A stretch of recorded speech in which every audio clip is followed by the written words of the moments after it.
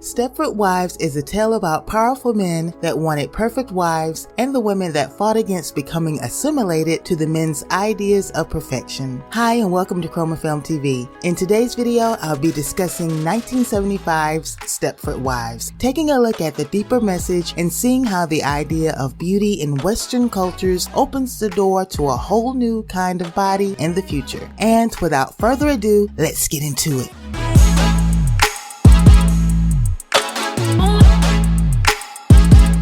As the film opens, we meet the Eberhardt family as they're leaving their apartment in the city and headed to their new home in the small community of Stepford.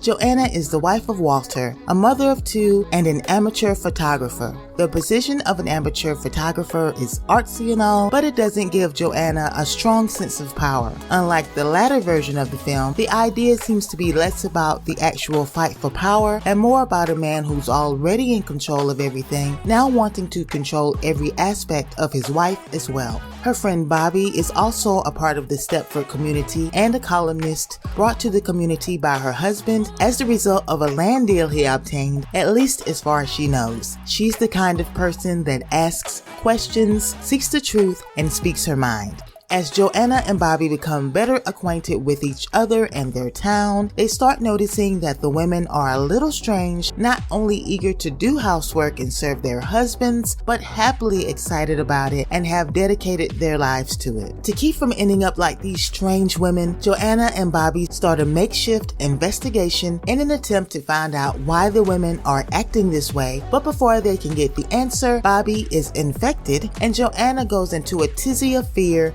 and confusion. After seeing Bobby in her clean home and frilly garbs, Joanna heads home to her husband to plead with him about leaving. But her argument doesn't hold much weight as she's not any type of breadwinner for the household and it's simply not what Walter wants. Determined to get away before she ends up like everyone else, Joanna takes matters into her own hands and heads to the doctor to inform her that she wants to leave the community and expresses her reasoning for doing so. The doctor uses her powers of persuasion and flattery to appeal to her and informs her that she should find family or friends to spend time with for a couple of days to clear her mind before making a final decision. Joanna attempts to take the doctor's advice, but when she gets home to take her children with her, she's confronted by her husband with a drink in his hand and he tells her that the children are away and she can't go get them. Confused on what to do, her initial reaction is to lock herself in a room to give herself time to think, but quickly decides to head over to Bobby's thinking that the kids might be with her. They weren't, but during this visit, she finds out that Bobby's reaction to injury wasn't normal. Terribly disturbed, but determined to get her children, she heads home and gives Walter a piece of her mind before ending up at the lodge where the husbands meet and the wives are not allowed. Once inside and still looking for her children, she hears noises which leads her to the upper levels of the lodge. Once there, she hears a child calling mommy, but this is a ruse and the child calling for mommy turned out to be a recording. In the recording room, she comes into contact with Dale, whom she met earlier in the film, nicknamed Diz, because he used to work at Disneyland. The interaction between the two was still strange, but less pleasant. By the end, Joanna became a member of the Plastic Brigade, becoming the very thing she was afraid of being turned into. Seeing the 2004 version, the ending of this one was familiar, but still a surprise for me.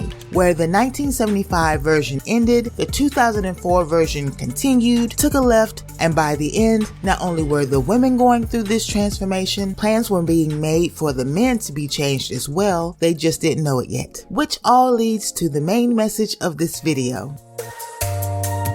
At the time of the movie's release, the year was 1975 and beauty was measured based on natural aesthetics. The first known implant is said to have been created around 1887, used to replace tissue in the opposite breast. Over the years, implants went from being a way to help mastectomy patients cope to being a cosmetic staple more often used to enhance than to restore. The paradigm switched and now here in 2021, it's extremely common for women and men alike to sculpt their own idea of beauty with various procedures or injections. But how did this happen? When did we enter the upside down? To be blunt, a lot of us drank the Kool-Aid and started measuring worth based on the exterior rather than the character or the spirit of the person inside. encouraging some to take drastic measures, even if it meant putting their lives at risk. The issue as it is right now is a matter of perception. Some agree with enhancements, others don't see the benefit in terms of long-term consequences. Whichever way you look at it, it's no longer taboo. Not only is it widely accepted, it's advertised heavily via so-called celebrities and influencers, but who or what are they actually advertising for?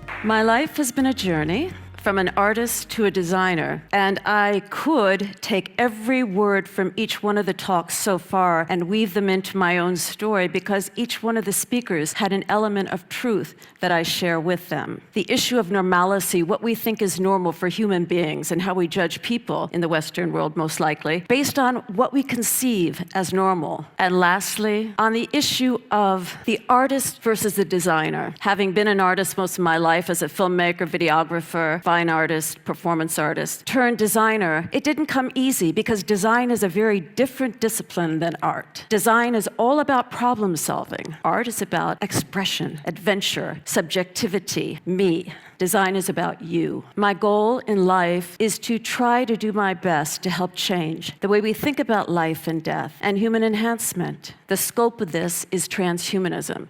Now, I know that transhumanism has a history that is questionable, but what is human in the first place? If I could at least change a little bit about the way you think about life and death, then I feel that I would have done something marvelous. And when we think about human enhancement, are we all not enhancing ourselves every moment with information, with knowledge through our devices?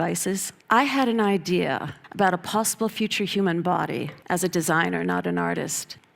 I took a look at myself and I took a look at the arts, and I decided that I was no longer an artist.